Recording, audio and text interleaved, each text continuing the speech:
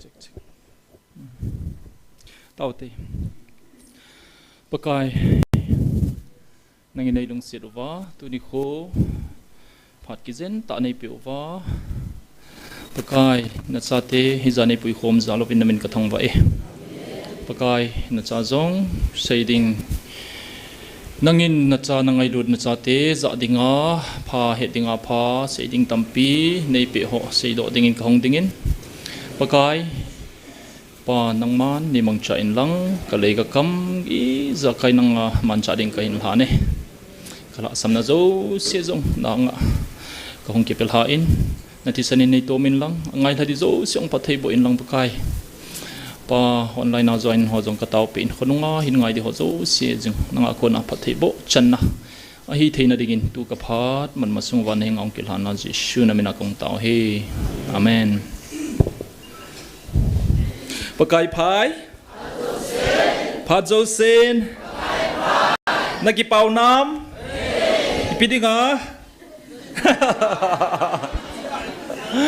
ha pakai phat ja acha ki wang pakai nei ngai lut ka ki het zain ka ki pa e hingi thulam leng tam piao min gamtin se zong le hi cho zo se zai ta ta in ke ma kalip de sedin ka ki hambol de sedin ei hung pu ka pakai jisu ngai lut na lama ei hanai sa de sedin gamtin se ho zo se ke dinga ka ka pi zo hin je hin nam ho zo se zalin zong pathimin ka thang wa e aje chu kazui kapakai jesu kristan jong chu leisit len la ya chu ti ma hi in koiman munom lai ya na to sa pon koiman na sei papon ana dem hong ke yu be hi chen nung zui ka hi na kila ana chu tu ni khwa thil hung zo se he hin zui kha ka ki sai tu lai vanoi se nai na bob vanoin a sei phat thil ki ti chu pathin dinga pom the hi be se lo hi tuni khwai society chawai de society hita banga anatha samsa society set na in a bob society a sei phat be se thil chu phading in ka gel pon he ichi na phapoi bi poi ti cha kun le di dinga ka gel hi e aje chui society oning ka he be se na je hin bol pha ka ki sain ka ki pa ba je ke wang kalung mo nga hi ibola khaleni na ji wam kalung dong cho izui pau jesu nung zui di ta hi je bai tia hi isu gima mi tama hi jesu krista dem chu roman hon hi pon ami sate jewish mi hon hi bobe ho hil pharisee sadducee hon hin boe amana sugen the chu ana sugima chu so pite ho tuni ko in i bol phau ve hi zong le hi chi sei jing lain nam khat hi je uchun i nam khan khoding ge lo the hi poi mim khat hi je chun mi mai pen nga la hi le nam khat phung khat ki tiau min hi chi ding chu boi pi lo the hi poi so pite ho hi je hin tuni ko in thil hung tam piom ta in kanam mi pite ho tuni khwa ka het ka ta san ka din khom pi ho ti ta lawa zong ka nam pong pi ni pidin muna i dinova i pi mo mong yu ham ti hi i ki tha gel ding wa pakai mina ka hin te ba he i pi yu ham tu masang chun chilaya pathinai din sa anu kha pe na jong chun ka seitan e mi te hi khong bai to ka te ka in ithi kon chan ge ya jong ma banding ki gel be se lawa ni khat ni no ba hin pawa hi la pha hi jeng etia lungel saw gel lo te hi ve kanati in tuni khoin pakai jesun jong ma khanga ami pi te chu zudami te chu itabang mi he ma hiu question na bolen he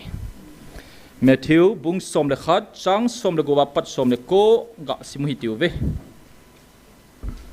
Matthew bung som le khat Bible ko koin choi vam ka vet nom ki de Bible choi za dum vam Bible dom sang te na khut bo hi loading na Bible zo dam sang wa na ka ki pa e no zalin pathin min ka thang vai Bible choi jing dingu choi mai hilo isim jing dingu sim mai hilo memorize ang ibol diu hi lekha bula ka ha sim pen chu Bible hi e pathin zalin Jesus Christa hinadi ta kanai June 18 2008 kuma konchun ka pen thania konin ni tinin Bible sim kang khapoi pathin lo pina dingin ka sim lo le ka hin konom thei pon jinga ka thole ka bol masat pen chu chi chu hidinga he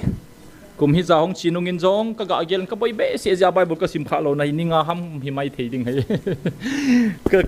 ka hai jong hi lo ka boi wal ja kana bol kha lo zo min hi ji chun Bible ki ti hi ichi chi nai ki po dingu ipo thei jong le lung chin chang i ken dingu hi ja chu sam bung khat na number 1 ang ki se hi na su le jana ngai to ding meditate bol ding hi hingi Bible choi hon hong do vin lang Matthew bung som le khat chang som le gup hi che khang mi te hi ipi to ki te ka thei intem pakai jesu na se hi hi che khang mi te hi ipi to ki te ka thei intem kai hang dunga to chapang holoi khadin adang hoza kipa na kuli kamut wangun na lampo ven thila ka sa uzong le na kapove tia ki ho tabang a hiove aje chu zon hi mi ne lovin mi don lovin a min a hi le thil havo ba hi atiovin mi him chapan mi ne ngai an ne a mi don ngai adon wangin ne hat le leng pi tui lop kai dong ho le chon sete zo le gol tin a sei ki dui hoi hile chi na chu ato gan thema chana hi bove so pite ho ipi ki sei na hi dem emite zong hat chunung pathin ho Christian zakhala zakhat heovin pathin hengai taw jingovin pakai nei hung vilovin itiovin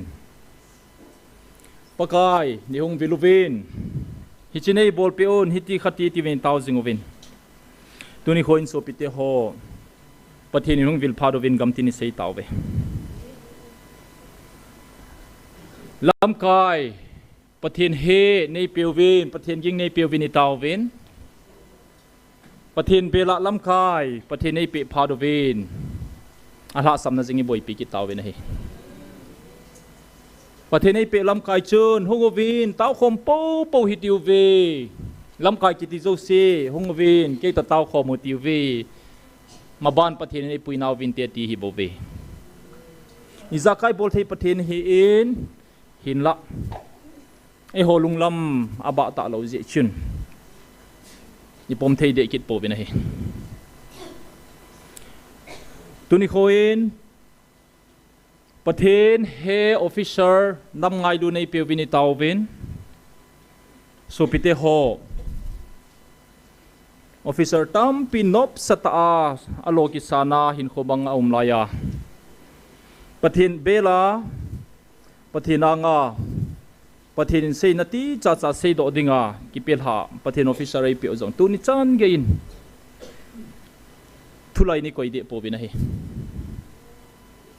so pite ho itabang mi hem hiwa pathin in itabangin 9 to pi le idei diu ham question ki donguti tuni chalo danu ichi danu di ahinam hoi langi zodu ham haptama sa suni sim tawin bung som le ni na chun hui khom dan jong he themovin jingka a mei loma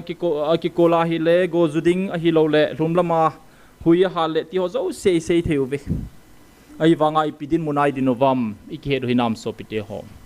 tuni khwai boyu isei ho hi aphat to ki to hinam I boy pi hui aphat to ki to hinam so pite ho koi zo se ki gel hui te pakai mina ka hin tem na hiuve imo ayo be se tawve so pite ho tuni khoin pathenin hechenam neu chahi adoding koi maung ke patda hen ka Michael Van Tilin akemai to pi de ti cho gui thong jing in hi so pite ho Phan masan zong ka Satan avial ven sei pung kati Nagaland ga masam ga mazong thil phalo ichung bal hung ding tampi to gon ho pathinin I machalo hing thei lawa koi he pathin mini thang ba ove Hadvin aning ka Satan sei pung kati so pite ho achal hajing na lai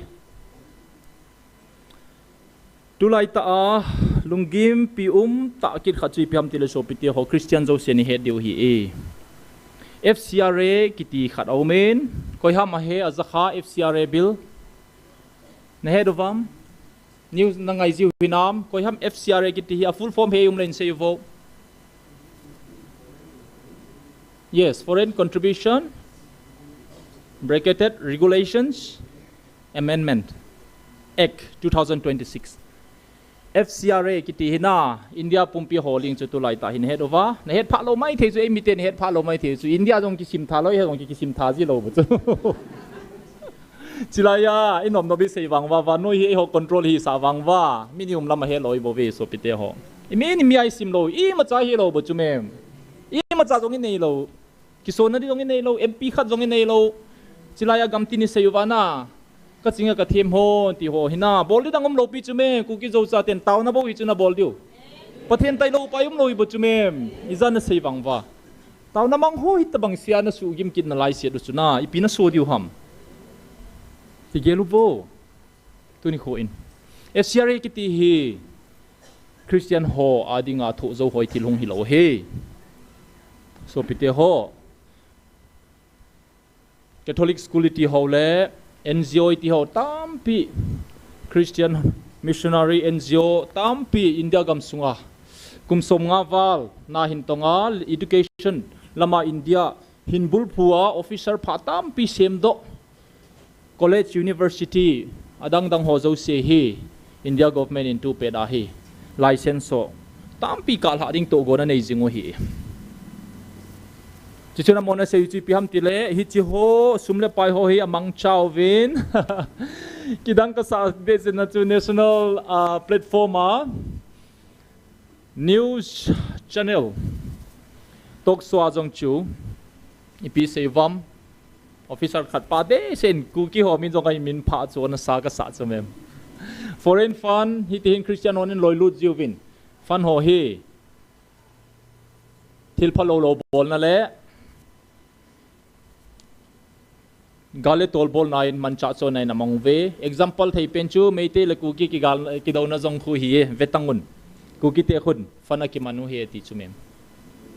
hitia hi chuteng le asayu ki chat khat chu forced conversion chi ho manuwa school ho honuwa anoba dawwa mi Christian so so Punjab ba thilhung ho jong amin phau ve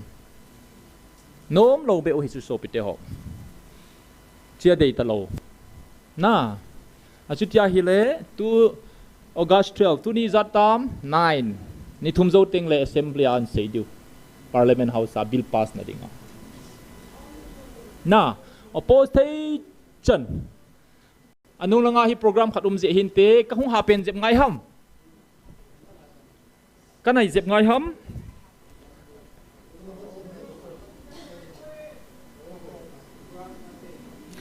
anu langa khu program ma he o ana he them jebutin imi south kau hi YouTube bai tha ngai deu hin te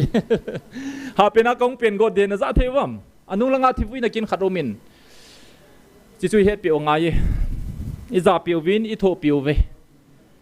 I zong le ga zaw the po win pathen tu pia hi taw na mun program hi chi zom deu angai zia I bol zomo hin amon zon he themu win tin athite in sumitia din zon izole lamon na diong taw pi ti win gel do hi ti win amon program thivui na program khana nei zeu wa sound hi control ki bole anunga hon na he thim ta diu bo na za thewam na holanga hon na za uvam last one na za uchna na za uvam last benson na za zalo oi pi na o them ka dum mang ta ding evangelist nu ai le mai ngai lo cho ngai tin kia hi ngai ji lo cho IPG le FCRA akona he tampi chiwa hi ipia boluwa mi he diu khachu FCRA no hi government in department khana semding hi chi chu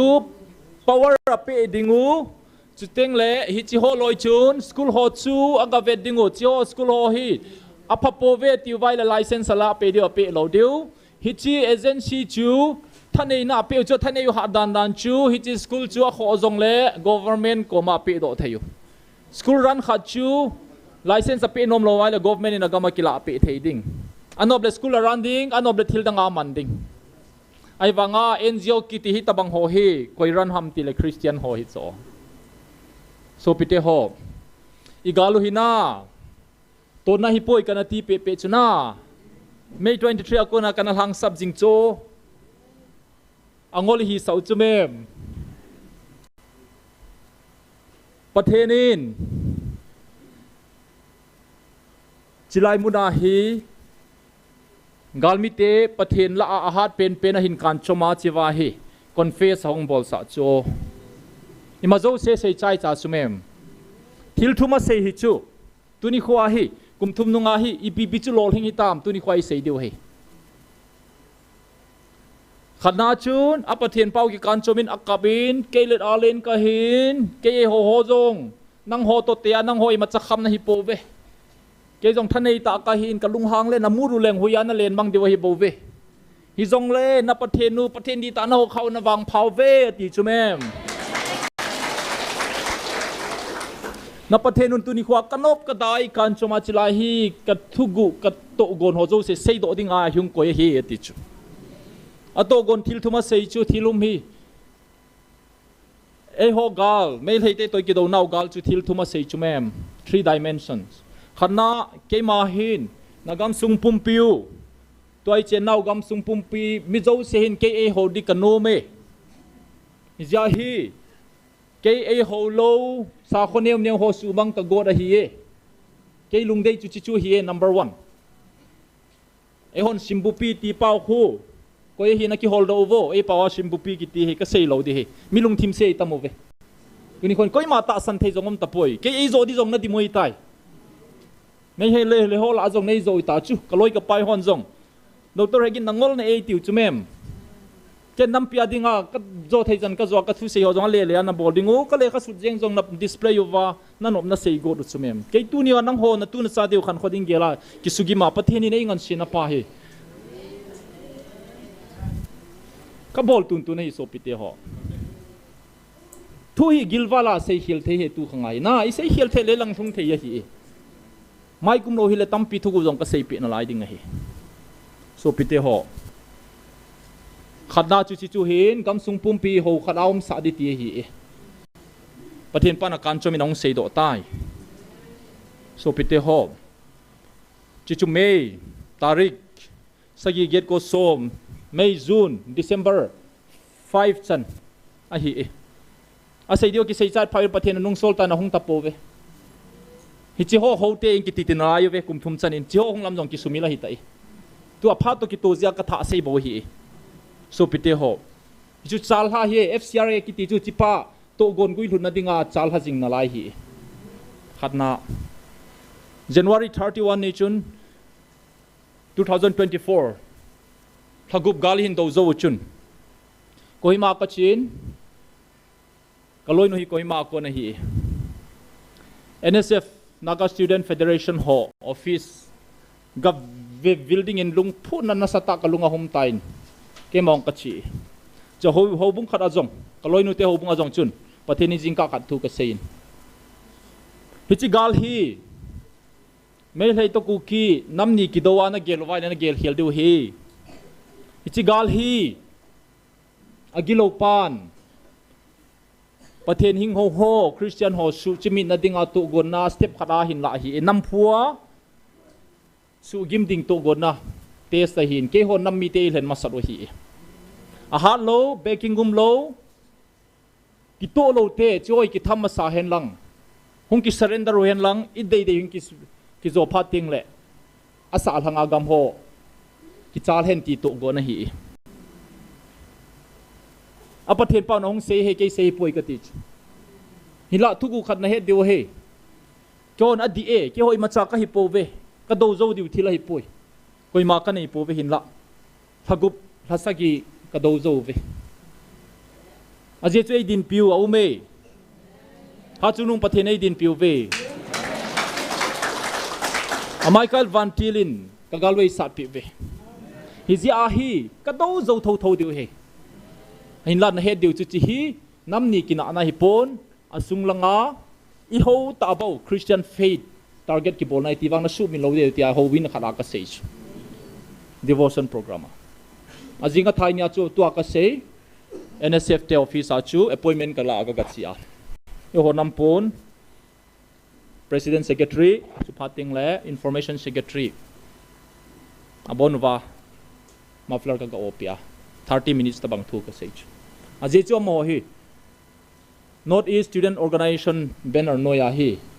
gamvila hu akin nungle zo chet hi cho ja chu ka se nang ho gel la hi ipi ham chigal hi ti ka do a hi le namni ki do na he ti cho ken ka se na sei khelo hi adi nai point khat bo hi hi zong le to ka sei mama chu ka se hin ne diu kha chu hi chi Christian faith target ki bol na hi in phang phong a ki sei the lo hi thugu ma hi ke hon tu ni kho hin izem tia kuki zo chatin nang ho pan pina ka ngai nau khat na pan pina thei diu nei pan pina thei diu chan som lewang tha se hi be ubin nang ho thal henga gal ka sarwa ka thoi ti na su mi lo de ka tich ka gen thei naw hi nang ho tho ding tho khela tu ni kho kuki zo chate ka hong ki surrender wa ka lel khaw wa hi le abana ka so piu na ga te manipura ten ka pai de amo ho chu next step hong hin la de piece by piece ki bola hi in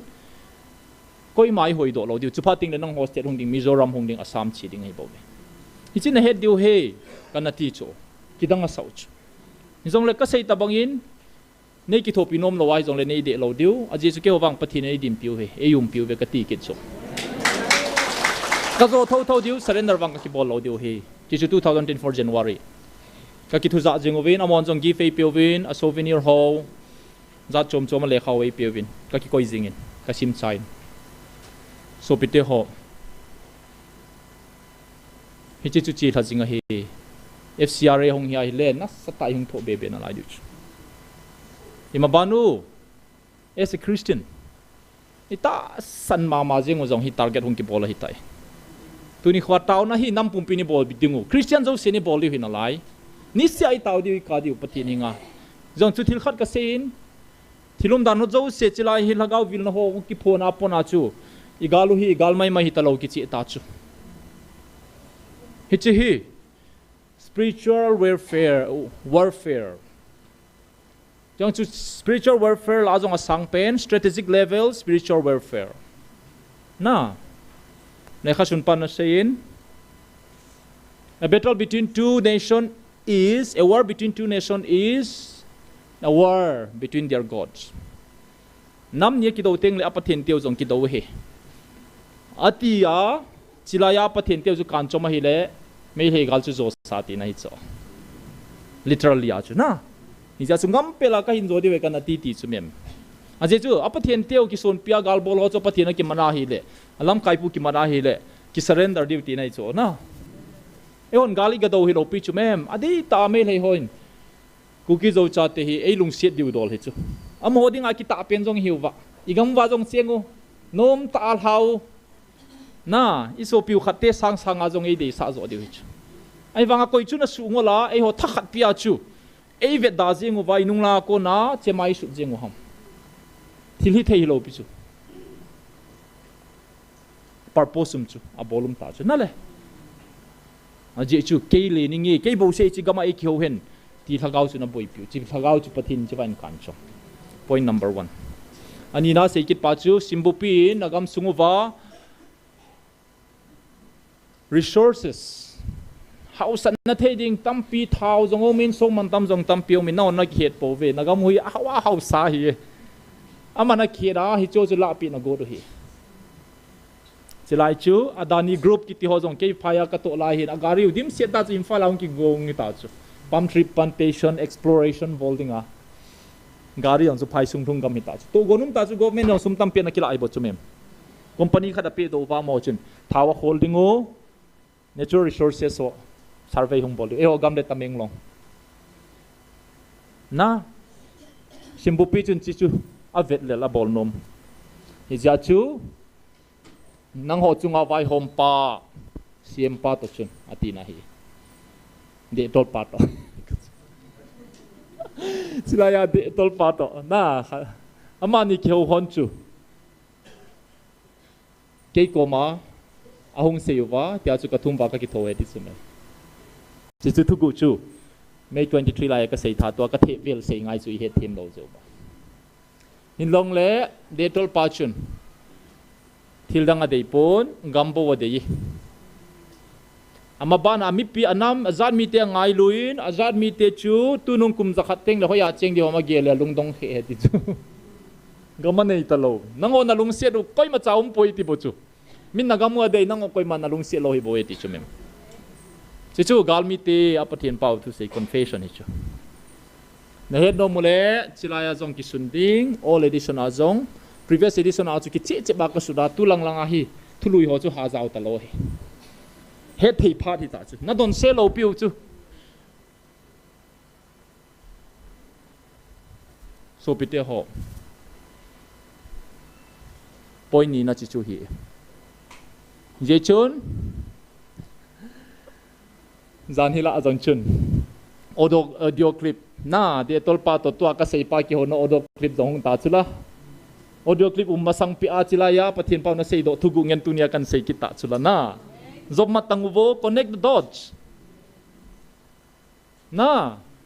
bom marta he kiti holoi ka bo chu sing ka tinadang nangon na ki hol beo bo. Na pamobe se ibuna ning ka ki sile. Papunte na. Ki tho chu mem. Ni ja achu. Khat pa hin tok so na jong. Press release wa jong press ho mai jong sein mai thei te boi na wang hi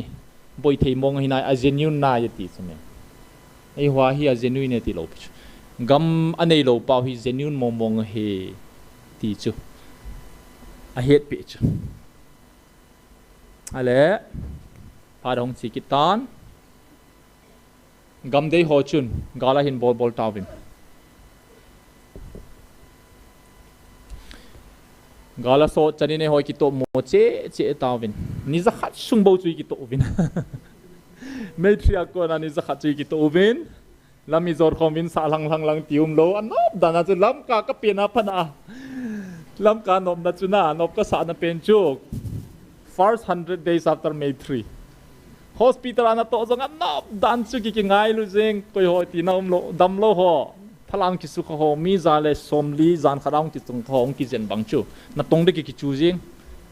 nui so ke yu koi pau ki tho jing koi manang ho khot chi khasi tium lo ti tholo na chu ni za kha chung chu August 11 12 san chu nom tai nui ki lung khat dan dan na kum ni za khat hong i phara chu e hong ki son tau chu i hat na bang wa hi chani do zo ven ti phara ba chu agilo pan pha chan sai ne ya flag hung do ki da salang lang ki khenong ki pan touch galong ki boy zo wa ko chun lam ngai lu ding itamoven tok swa jong apeng ding itamoven MLA hi in lekha thimin IS retire nang koi zo se professor jong YouTube tok so ho i bolovin ingai yovin Chichun sios ho tu se hoi nga yu vin lai si mo vin ipang kho mo vin phar hong chi ta na hele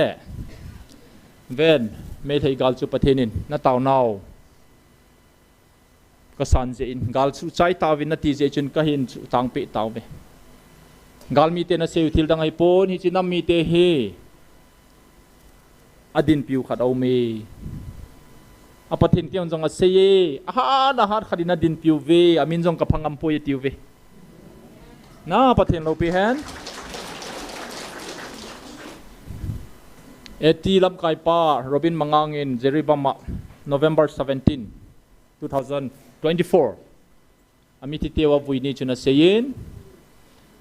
he chitabang mi him jong hilo zat mi ho illegal immigrants mi nice bo sa sei chaya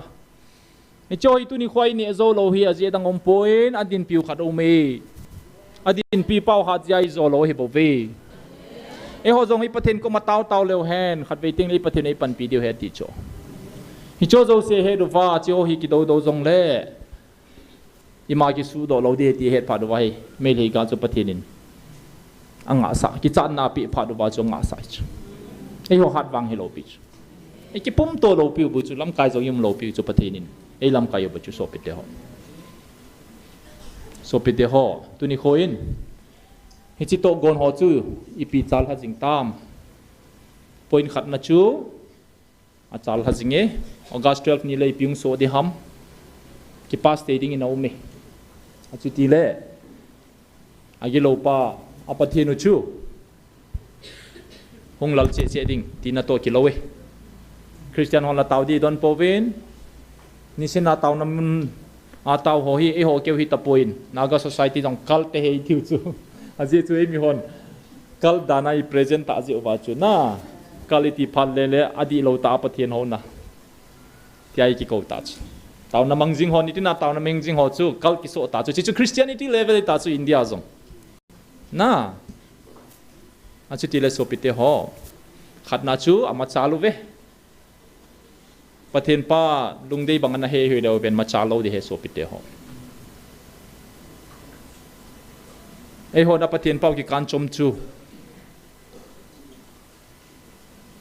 ei ho na ma chui ho dani ni ki sei do taw be gam tin ni sei taw be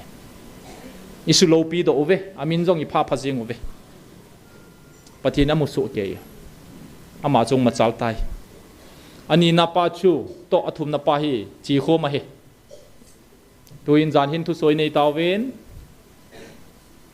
buffer zone am tapoi gam be khada it's open achu tia hi le gal masang status achu inung chi diu hita gal masang status ai mo ba hi le I ma chal diu ham inung chal diu ham phai sungai ne yo go ki hal ha ki sumang ho chu izan man ham ne do vam hau ki venga pu Benjamin mate khu sei sa le chen ama ne logo jong izat achan hama ki het di na pon le zengin hau ki veng khat mai maya ne logo ki hal hamai mai khu to e sante ne logo I hal chayu avelu ki bangai bo ve ti chu mem I ha chan dan dan na so pite ho e nung chi nge nge le I so pinaga te la I ma cha man sa povin man sa malala MBBS si la di zo si ki la taw specialist si zo si ki la taw amahon gal hi me le gal hi be hen tia me le te til le me le te chu I pathian paun adi ai din piu het phat wa mi ngon lo hi chu phachom lo dia min phat su mang lo chu mem a pha cha ki nga do le amo jong boy ki do khateong ki chem ki da to ai e hoi su to ki do ta cho e vong le hi chi te ni ya lozer chei hoi hi jeng a chi tia hi le zan hu ding til so ho chu I me zo se ni po na do I po na wang wa bol dangum lo I pau khilai le tu aka sei ka se sia zon chu e ki si vet tamai theina ki sei ngam ta lo ei wanga galbul tila pat a min zong za chom chom ki sa o program za chom zong kin dang dang zong I bolo a chi lung khat chaum lo thil khat bo se chi lung a chal jing chu chi lai munai taw naw he pathian lo pi hen ni chi lai mun hi izat in ki dem zong le mol kin ne lo di het je wa ha de mai dem ki do ha se ai se na Izia chu I Bible chang sei chun pakai je chun I tabang mi him nei ham an tia question nei do chu mem na a ki sei lo lang lang a se lai lai hol jing chi mi him bep seu chu hiu chu la thil dang hi lo pia mi chawai hi bo chu mem nam chawai bo chu mem tu jing ka in ka Mordecai's group khat a nam ngai lu ta ka loi pa khat jong group a chun message sa hin bolin zan hi thil hung ho aven thil dang ki dem na ho aven ai la ki ngai se be se jengin amai za dang te to ki cheng a hin ka kom le ka lunga na be se jengin ka jinu lang ka ki bel tam tinong ka gele tinong ke la se ti chon se le ka hung kin dot in ke jong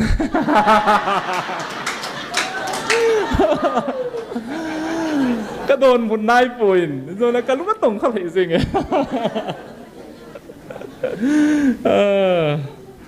Ipi ka sa ina na hedo chuna nên giờ chú cô kia dâu mor cái họ hiền mi họ này nuôi sát về sam các cái sao viên các cái số game ven May 3 a control wall of remembrance sa an ngolin that 3 sẽ là cái involve in May June July August thum ve không tàu tàu về pathin zalin pathin lâu pe han coi mà mai về cái povin upayum lo năm ngày đụt gì à pathin biel cái hibo về hi zong le tu ni kho in so piti ho tu chung ka kiman cha zawon anom he jingen pathin langau nei polovin ka fil theyuvin martyrs hall lagaw zong alungdam tiung ka ta sanin ka taw tengu zong le ka fil theyuve pathinin lagaw nei pui hoive pungit a pada ka ki padu chu pungthum iti kha lungham ka het ji lo so pite ho hi tabang a chu ka jing lai chun ipiti tam tu jing ka kaloi pa message su kang kalungong kilangin sei dia bei heu zengi sei dia lo hi zengi china hen kaloi no hi jing ka kadong ina mai thi de zengin iti ni ang ham a jing ni chun video ka photo ka chu group photo ka chu Facebook ana la viral tai mi khat amin jong chu simno mo mi jong le thuet thei na dingin suan ngai lian hau kip kitipa kha thin a hin posin amani pi seyam atia hi le amani pi seyam atia hi le hitihin hiche sam sao party holoi hi te te di dana he migi le mi warning bol le ji ho hi mi khat nun kol pathin baba ho khu sam tam lo ho khu ki so good hi ta ve ta khát bain kum som dấu tiếng le alimu ki ve dole how stupid I was ahong ki ti diu khu ati ke de khát pan mail he gal sunga apan na lo pen society hitanti khát pan ka kai group ho ken ka henai mi voting ho chu ken ka henai ati na sun chianal de sedin ngol de kai group ho hiu ve ama ho hi na choma doctor ngol gina zui kidwa he khatpan iti ba form aga a kho ubaha azi chula umintin volunteer so bangove I'm in the middle of the day aga tikidin form ka tiu chi hi na chi sun tuni khwa hi ku ki zo cha te ni hai mi lo ta chu chi wa thi ho hi mi wang si mi ham si mo so sa go do hitai chi form a sei na he tot nam na man thei form ham ka he poi mi warning bol na ding pe ba sam sao movement ho nui zat wale ha ti zong a zau ki de inam sunguwa thil ha movement hin su khang ho sam sao movement sami hoi sao le sa mudi o hi ki timong mong apu pau Dr. Hegin seina ka za hi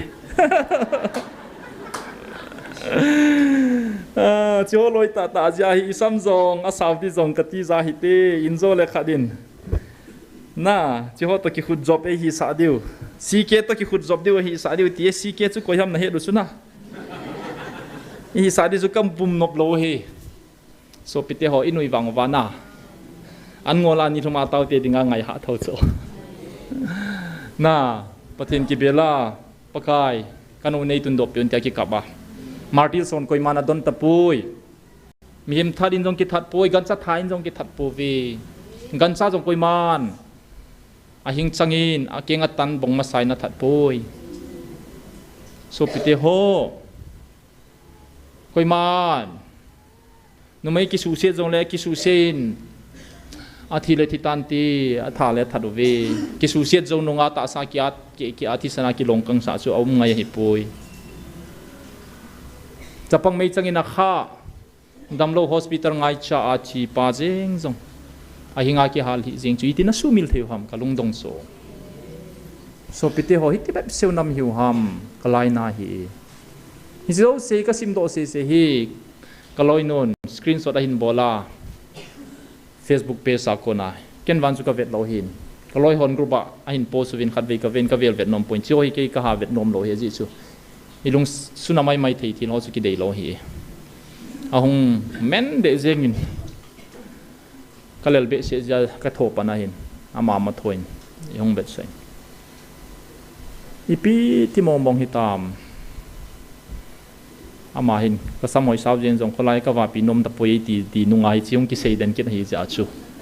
tho zo lo mong hin awal mong tai phat sa jing tan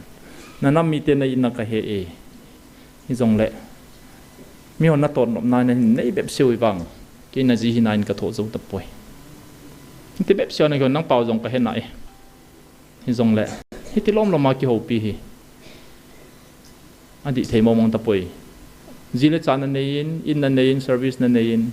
na poi mo zo se omin hi ta na ki su gi ma mi ton nom na bep siu di na hi chu ka do zo ta poi ati kyong sei di ka he point izakai ka bol ho hi it's a padding itu isa ding ding ka bol hi kyong hi ta ki sugim nom ka hi poi na sei zo se ka he nai ka he thi me zong le na tho zo lo wa ha sa na sa be se le ka hin kham poi na chi nom zong le na chi ding hi jing an jesu ken kanam gen the he so hi ka khai mil the lo hi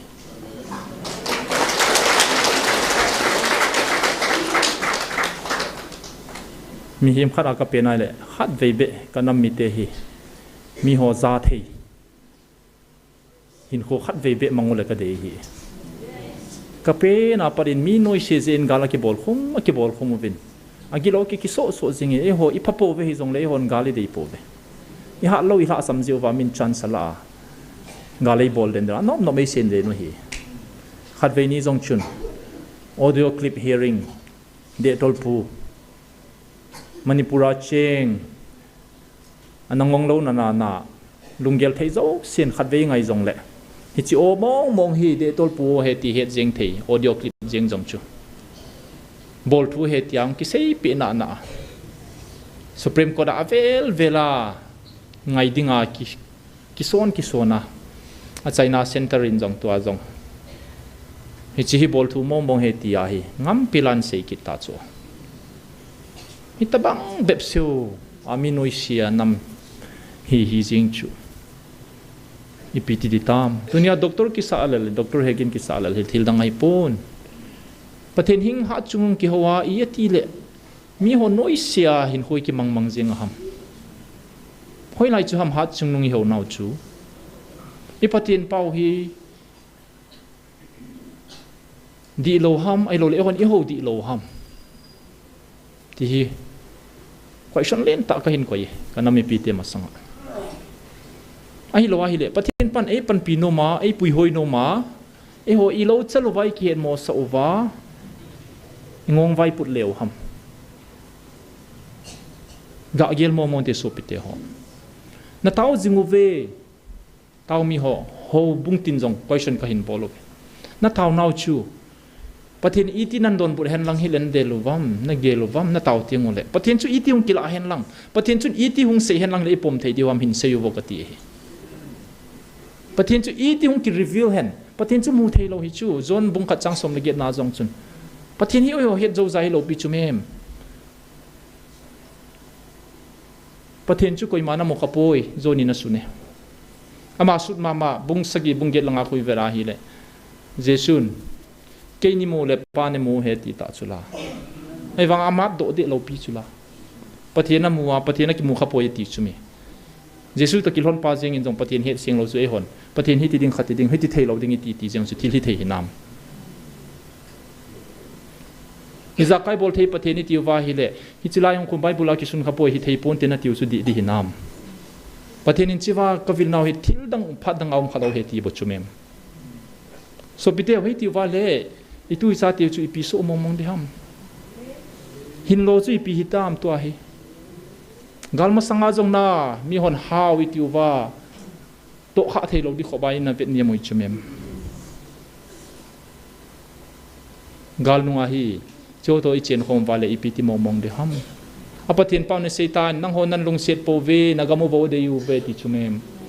tunia khon nagam sungang lut ho jong chu chi chu ma hi bo chu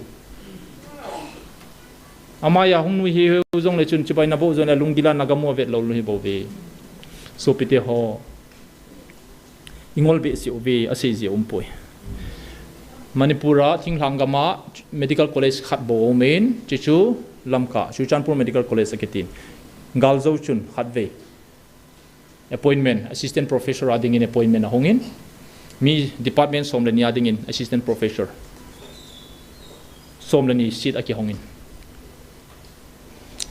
seat khat seat ni bo koi ven ima reserve jongom de lo hi an reserve chi chui bo ve college sa recruitment hi Manipura hi seat thumal hinai le seat li hinai le khat chu thing hang mi te ki chang te te ding ai wang ako teng ole ni thumbo ako jing ke chu e wading a phat na mo mong phat ve cha thil bol lu ne he khau bam kum hi za sunga hi i chen khom piu nam len te hi upa banga hi a cha te ve wa e wa thau diu hi chu amho ding bo ki gelu chu mem i chan di rong i la piu isum di zo seung ki lawa za khatla som get som ko ki koi den wa som ni to in ki ho ba chila ya thinoi mi ho to MLA ho ki hom chai zita so pite ho hiti a chu ingol pen vai ki de na la di hom pathin tai loi ma cha om no pi chula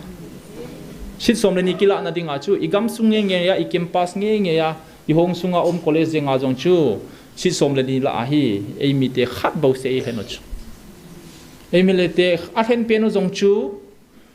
akitet pi di koi madang lo ama bo se applicant sa hi zia ima ban du chu hung hidi bo chu so pite ho isan di ta lo pi chu me mabana MBBS sitting ai cha te 11 12 kha chu le kha the bai le doctor ki hinom so ke chula phai sunga thinglang mi adinga ke ho phat lai chu MBBS zil na dinga hi sit som le nga bo thinglang mi te ki chu bo chu mi sanga sang gup ki chua som le nga bo ki changji chu to I think hang mi mo mong adinga hi som ko le nga kum si a government in sponsor bol thei di ta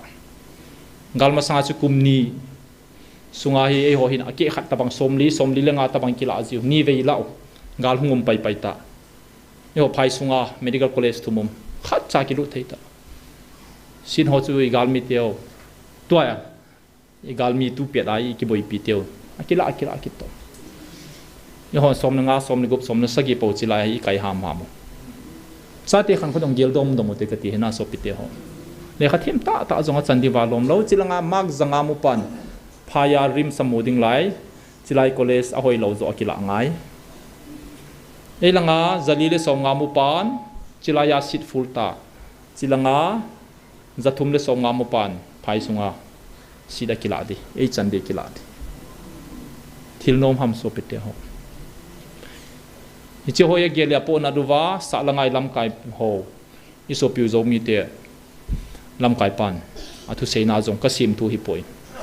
2025 azon sei tai phai sungi lu dingo MBBS sit ni mo lo zo seo ni pe vin tai ka ki phin diu ti ki phin ngong le chu khoi mani man sa lo diu chu mem so pite ho pathian tai lo madang om lo pi chu izat bol zong le chun lol hing lo di so pite ho chi he thiam lo wa hi le ima tha diu ti ama tha diu ta ve sei tam de poi mo e wa mo nui phat hi poi I cha lo di dan I za kai gal mi te to gonzo si kan sei ta chuna point thuma kalena ki bol den he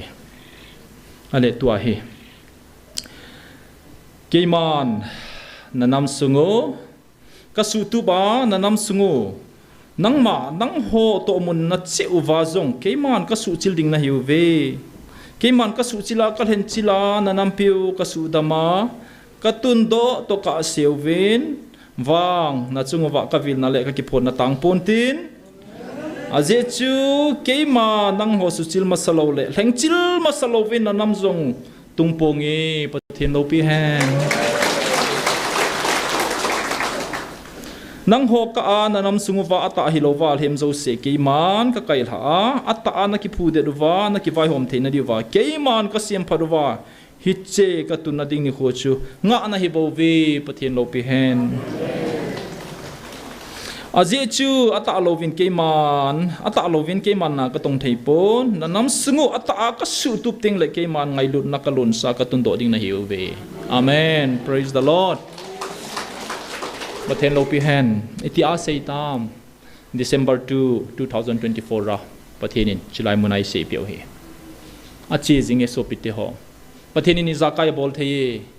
ni jong le pathian in a bol thei lo khat o me a ha sa khat ei hon right to choose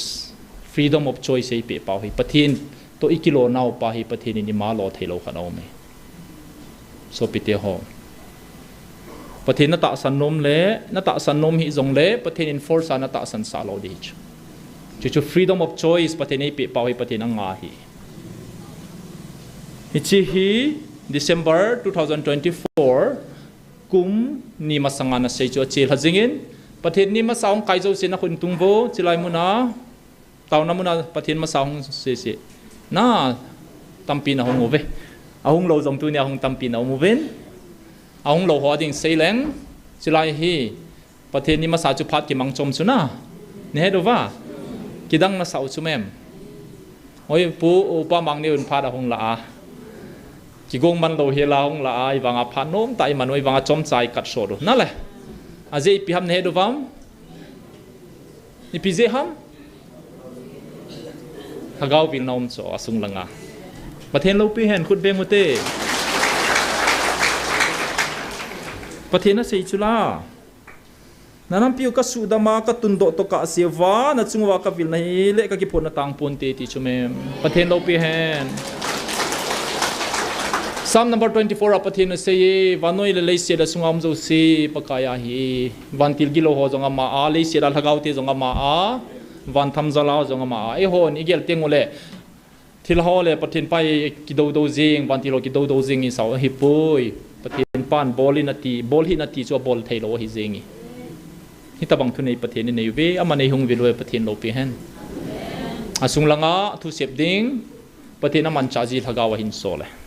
vantil la hipoi vantil theng chirup a hipon kami party hepu sunga thil thung hole tulaya I society wa thil thung hole zanhia kanguya thil thung ho geizong thu tam pe hung sei pe obe aninga ka sei lo diu hi thugu su thugu ai koi dingu audio record alhun teng la aje su thu phai sei jong le ngai nom ta lo chi nami ten thu sei iti ki sei ding ham so pite ho record so okay alhun phating le ngai diu tui kho YouTube ka peng the nai tia nop sei ya ta san cha te sugim ho pathen lung suna jong thu ki tan khum jong mai tai chong ka sei do lo ding ai ni ki hen de khun na be wang gen ka be nom lo he aje chu naval hi chu a ki het lo ka sei de edem sias dem sa cho sen ka sei lo di chan chu ne he to le ni do be lo diu thu tam pi nei dong vin phone call nen bol vin kala lo jong tam pi mi na chi chu hi pathin ei pui nau a ki chi na ka sei nom na he so pi te ho ilung zin pe wa jong tu he sending to sending ei pi chun a khut zet am ei tu jing nai ti proof na hi chu pathin lo pi hen chi keu he lo vin monday nin jong a sei ban aung sei kirin so pite ho phai sunga lut ho le thili zakai to go nei zo se jong ama banding ki sei idang ki sei ponte chi chu heute e hon he diu chu ita sani pathenin ka da ha loading ka vil na ki tang lo di he ti pa hi agui thung e ti heute achil ha jinge pathenin bowling e ti chu ahong thung tho ding he phari sa lu di ham wang ka he pon pathenin bowling ati a sei saumin a ki tep na thon ngai lo pathen ka he ti hi izia hin so pite ho na bol phau ve izia he pathenin hitina na sei kan sim do de chi hi athu pi he an heu te so pite ho pathenin ei vil now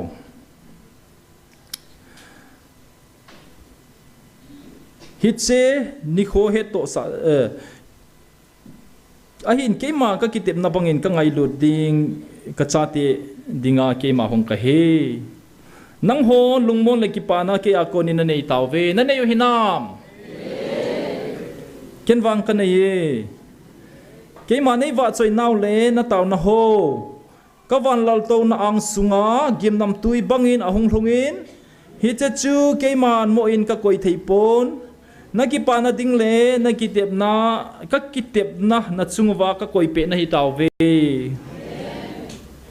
keima na chungwa ka kitep na ipi thon kha am อทนปอยอาลุงไนเราจงตั้มปิวเมตั้มเปียลุงใต้อาตาสันโฮนะจุงว่ากวันติลโฮนก็ปีนะอีเปียทนขาว่าทนุมขาอามปอยเกี่ยมาตาจงกันนะโตนะก็ operation บอลนะก็เกี่ยวพาโลกับอลินประเทศนินปีอวันติลเตกิทูปีดิงกับตาวจินกับ operation ที่พัดติงเลยประเทศนินตาวดันจงเฮลีปะกายในเวียงโง่ก็คุณในตัวประเทศช่วยเด็ดลาเลนโซหอยตาวจิวสินะตาวจิดันจงเฮจูปะกายนวันติลโฮในกิทูปีใส่ในกิเวนใส่นวันติลโฮในกิทูปีเห็นที่กิตาวเทย์ใช่ไหมกิเฮจูนะมาสังหารสุกิโมตาวจิปะกายในกิทูปีในมังจันกิติใช่ไหมประเทศช่วยเด็ดใครก็จิวจูมิลินเตหิวใจมีหัวเห็นไหมอีเซ่บอลดิ้งอีเซ่เราจะประเทศน่ะบอลเราดิ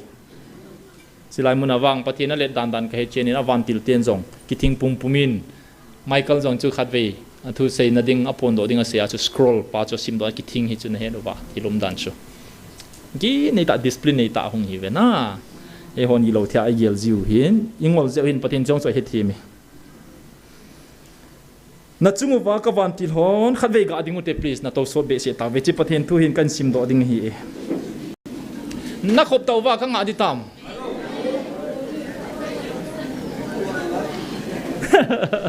กากิเฮวเตเล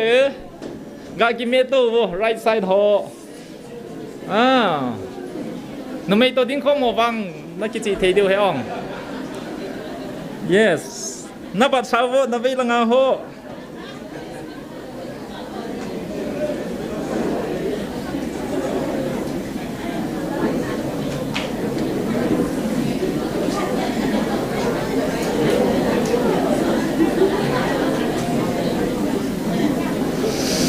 โตเตเล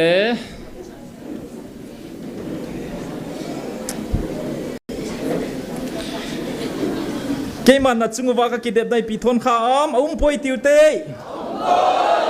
อาตาสันหนัดจุงว่าก็วันที่หอนก็ปีนายปีทนุมข้ามนัสามจังูจงตรงขลว่าเกมันก็ปีนาวก็คิดเด็ดในปีทนข้ามก็ทนปีนาวเล่ก็ปีนาวนังหอนนักเหตุตาวินฮิเจจุนวันมุนาวันมีเตโฮในวัดซอยบังวินนังหอนจงในวัดซอยเทตาวินอาเมนนัสามจังขัดที่อาฮิเลออกัสทรีนี่จูมันเดย์จูซันเดย์นี่จงปะเทนินเกลพาโลเบลฮากาวิโซลเปโอนะมันเดย์นี่จงไอโซลเปกิดว่ามันเดย์นี่จูปีนี้ฮัมติจุตุนกงเกลโดอินโอ้ยปูจาร์มัน2024 kuma August 3 Monday to August 3 sana July muna molnom koma ambusana to ni ho chuna hi cho hichinia chu pathenin chini mama tu chung August 3 mama chu pathin hagawi solpeo iwa seyam nang hon athon khapoi na ti wanga sam jangkhat ngal mitin su khalo dikiti hi ngalam kai hoding de set hi cho naไม่จังสมวาลีนการีเห็ดกาบดุดวังอาขาโลสย้อนตบนอบนายเนี่ยอยู่ไม่จังอวากมุขายตีเลวานุยามมไม่จังมุมว่าสเปนิตยาอีตอนนบกิดูจูอามันกมูเลยกมูฮิเซียงจุลากมูเสียก็เสียจูเมดิน่ากาลที่ไล่จูเกลเลวจุดทรงเกลลังอาจิไลตาสันนาวเตฮอนเอเกนบราซินมีสมนี่ก็จุเลยกาบจูนี่เอเกจงกิมวยกิขาโลจูกิดังมองเอติจออันนี้ลาปทินลังกาวินนัจิวางานะจิชุเมย์29นะเห็น2023อเมจังโฮก็เล่นก้อยเสาเวทีชุเมมปทินเราพี่เห็นปทินอบอลเทียมอบอลเทียอบอลเทียอาจุตีฮีกาลมาสังกัดจีขลฮอนทุกิเซโฮเฮเทปนติวเว GMFDI ทุกิเซโฮมันพับปวินติวเวเดลียาบัมไบบังกลอร์กนานะรุมซุงวาวมานันนบเซอนอีมาจานเฮตเราดีบเวก็โทนเอาก็กิมนาวจงเฮตเราดิงูก็กิปานเอาจงในเฮตเทโลเดียวประเทศนี้ปุยฮอนเอาทุกเกษตรจงเล่นออนก็มิกซิมนาบะไม่เดียวฮีเลยสันทรงเกลจานขัดชูอุปกันในตะโปเวตัมเบสิอุเวในตาอุปเวนันติวว่าประเทศลังกาวิลนามาจิไลลำไก่หอนันเสียปะโอยปูโตจิไลกับบ่นุปะวิวิโฮโซฮิเทจันมุอาเกมุนเจวะโพสมุนเจวะอุมุเฮนฟอนออนบอลวินถ้าจะปุยนาเตาปีเดียวคุณอันตัวบาเตาปีดี sei ngai vin a bol so ke vin phone chu ke zo phone ong kamang phone gup lang chu ti chun speaker in ko no vin taw na man pe tu ni hawang ki ding zo pon te tiu chu gim nei sa wal ai wanga pathenin adin video he ama a choi choi man cha di he ti chu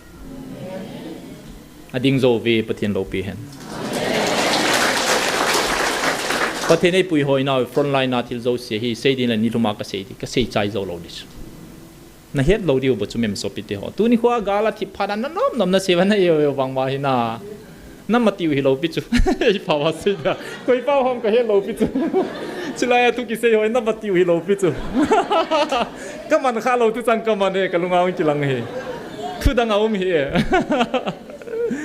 za chan na u bo chu me ki he le chu na za cha de da ni kho kha le wa nang za cha tho di chu a je chu chilai tu ki sei hi na a sei pa le thil hun sa pa a control khat hi van noi le si thu nei pa chu hi chu mem hong ki che tho di he so pi te ho na to thei chanen to do vin na nop se vin ni zong le ni kho khat le ki che tho de so pi te ho Hitchere lấy xét mít mũ in ngol hoi ta in kilang zong leo chun doctor bi ngol pai ki tai ngol gin ka he ke hi Hitchere lấy xét mi te mít mũ in ngol hoi ta in kilang zong leo chun Hitchere lấy xét mi te amu thei lo na lung sung wa ki pa na chun nei taw ve Hitchere ki pa na nei zong chu amu thei po ve Aje chu hi chi ke ya ko na van lal to na to ha chung nung na pathenu ke ya ko na ki pa na he nang hon lung khat a ke ma nei wa choi teng le ke ma ki pa na pe na he nang ho ko na thil dang a ke ma nei lung hai sa na di wa po i mai nei po ve pathen su lung hai na dingin lung khat ta ke ma nei wa choi teng le hi che chu ke ma lung hai na pen nang ho kon a hi Hi chalei set mi ten agel pha lo le amu pha lo thugu keiman nang ho dingin ka hin hon pe ding na hiu ve anangai wo so pite ho nangai no mu bam thugu hi na za sau chu la chi ning ku ma hengi ki ngai chim lo he 2025 fai sei pio he ong to hi nang ho ke ya ko na thugu khan na nang ho ke ya ko na kathisana kalha do ka cha te na hiu vin hi chelei set ka tun do masanga mihim kana sim masanga hi che mihimin lei set achot masanga kathisana vanoi kal hado masanga nang hon na mi te hi ka dei ren sa na hi taw ve ka pina le ka vil na ding to gon ke man kana koi sa hi tai so pite ho zone far zone bung li chang khat nan he taw wa Piki sayam bung farjon bung li chang ni na zo thagau tapong ta san hion chang khat na sang ni na chu pathin lagau pathina kon hitian he dewa hi ipi lagau hi le pakai jesu krista le se da ta sa hung pena crossa thi phong za la chu pathina kon lagau hi pedeng te nang ho ke ako na kathisana kalhat do kachate na hiwin hiche leiset kana tundo masanga mihem kana se masanga hiche mihemin leiset achot masanga kathisana vanoi kalhat do masanga hiche chu he farzon bungli changni na e hon khat bo su kwai shoni koi wachi ngau cho na i ho hi lo jong chi chana chunan ngau wa nang ho ei su ki cha du chumem na thakau tabu ta san hi win nu nangam ting le thakau lem tam pi hung ding he tiwa an sara sei lo na isu ki cha do tam pi ki cha do tam pi di hi sai wa nga verse ni na cho smong mong lo sim nom lo verse tum na chui sim be se dal anti christ ti kit na lai ko hi le jesu krista ta sa hong pi na do wa anti christ hi chi phong za la chu pakaya ko nei pathin lo pi hen ke sim thu hi poi chilai hong thakau ina ki se hi pakai jesu amatai na ki sei thugu khada he thilhung hi vanoi sim til asim masanga ko na to god chalha hi tabang nam chu na ham phau ve tia hi le I ham phat ji ki he lo ju kyam ka he zo poi ga ti chumem mi ham pham mo bong hiu ve pathen lo pi hen so pite ho I wang phau ve thugu ni na le thum na zong a thu pi aban ole sim hi tiu vin so pite ho tu ni kho in ikitha vet ongai ikitha vet ongai intermission thom khat til khat angai ute chi topic ka close na dingin tu ni kho in ingai lu je wa chi hi ka ngai lu ja ka hin bol kit dinga hi aje chu pathin inam pumpiwa e hung vil na pau hi to ato gon pa hi inam pumpiwa i het sinuwa i pomuwa i hin piwa pathin lopi nai phon do diu hi pathin plana hi je hin chilai thu ki se hi ke mata in pathina ko na hi mei savena kana kaza za achu mei e da chiwa ka hunga ka hung phot china adi ta chu mei lia para chu an ngola tauna ka man he nam pi ka po na be se ja achu cha pathine hil chena tu ni change khat ve cha hi aleng kamu po in ka seitan ka ki sei pare point pathin zalin theological college wang ka chi poi jong le bible hi nitina ka sim bible he memory verse na ti jong le tampi pathin zalin memorize ka bolin pathin lopi na dinga ka sei hi Genesis to Revelation simiti jong le mi tampion som ni ve som thum ve ka sim tai ti au min ken sei pong ka te jong le ka covery so pite New Testament jong na anje chu chi ka hin pi le khabu hi je hin hi chan May 7 2023 akuna chilai hi pathin vil na le thilza kai man cha ho zo sei pathen thu to ki kal na khat cha ka he lo cho kadin pi ka hin pi hi so pite ho je chun pathian akun momong he kanam pi te hon officer ho jong lam kai hon jong hung veo vin hung gel hung ki khol to vin tia chu ka hang sab jinga hi na hi chi keu hi lo in ke seu keu hi lo evangelist ho le chilai ding do ho sei keu hi lo nang ho sei keu hi lo azong pathianin he thei ta aman cha lagaw mi a hin so le khat na chu a chu la a khat chu nu remi hauzel hi na chi chu 2024 iti nyang ham a he price ka pe di nu remi hauzel pung ka ni lang thu se ya chom cha hi sau chula na ichim lo piu chula a he dong ba mi ti ni kho ham Sunday chu di na sei di we de di pi ham ni si mi zat ham price lo he khat pa chu ipi adet zo ka do he Sunday hi nai August 4 2024 ananga yuvo koi zo sin ma koi sunong ki dong chu e ama wa zo no mo sa na nei hin nan na za the bam lo ho GMF di hai chu i to nga i counter bol di ba ha e yin na ti o na chúc chắc là ông mừng cái tin speaker up tàu tiệt cũng có mà sai tàu tiệt đúng là hôm nào dọa thì ai lẽ ăn mau hồn ipimina chết na tông ha pakai Jesus Christa mina con Philippines bung khát trắng sôm lên nhà cô na sôm lên kia ta chưa ipipi sôm lên na pakai Jesus Christa mina say cái kipa em đi chú là na hi câu lên say sin na rai na nei lo to Christian khat na hi na sabeng tong mga tong sa tong pathen chen dunia i chai ko ham pa man sa chu na ki pil sa ta na he na zo si to man cha na ding na ung lo le na ho thi pe te ni che huna ding a timeless season a ding a heaven's information is in seeding a man cha pa jo lo pi ma le na ko i pe di na to chin ko lam a thang sai na adi ha i pe di na no yu ano pang ga ti akiman cha na wi na na say sin mo si ju Aaron ho asangam no Miriam na say siya pha jing chu me no na na hello ta sin na na isu wa jong ning pa chu ki cha na na he thiên no wa hi le na ai ho the problem can send kills the spirit gives life in its fullness occasion it's a total a hon a problem traditional igin cha na pa hi atwa ki zel zel ata hu dira ki gin cha ta lo dunia no chin kholam le pa thang sei ho thil bo ni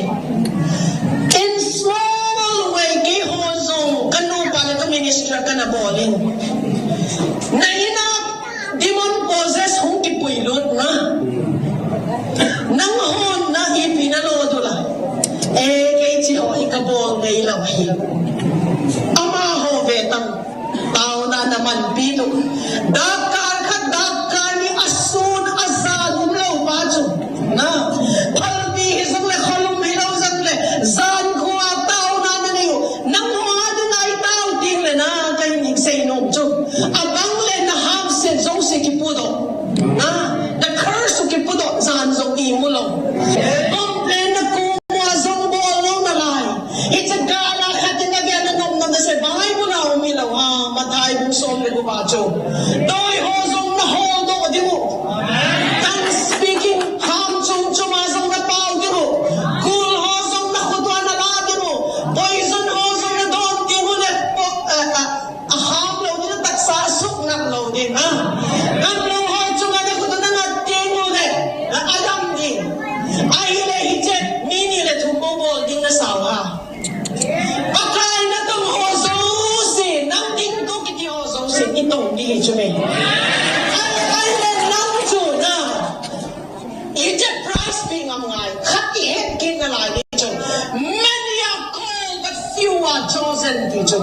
mi ta ta hok dam na ding a chu mi tam tak ki ko chu me ile song special use ding a chu Timothy a chu in song a chu le ber tam ta hu me ai hila mi a ke sukhin le man you'll be a vessel of honor man tam ta man chai ding ai ni nan na ke pe do no no si a man tam ta man thai no na hi si a ni na dem chi lo Genesis mong song le lian su patinin Abraham ko mai pe se ya look to the north to the south to the east to the west at teacher vein na teacher vein na di ay ho to na swalam na sai khat i vein ai ji ve pa to na se yu di lo hilaw to me in so sai khat chau na ve ti mo le north na ve le south ai pi lu ha west a east ai pi ma na head lo to na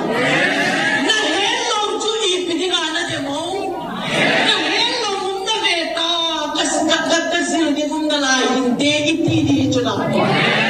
Una mo man dudim, dunia, it's just all sign, it's just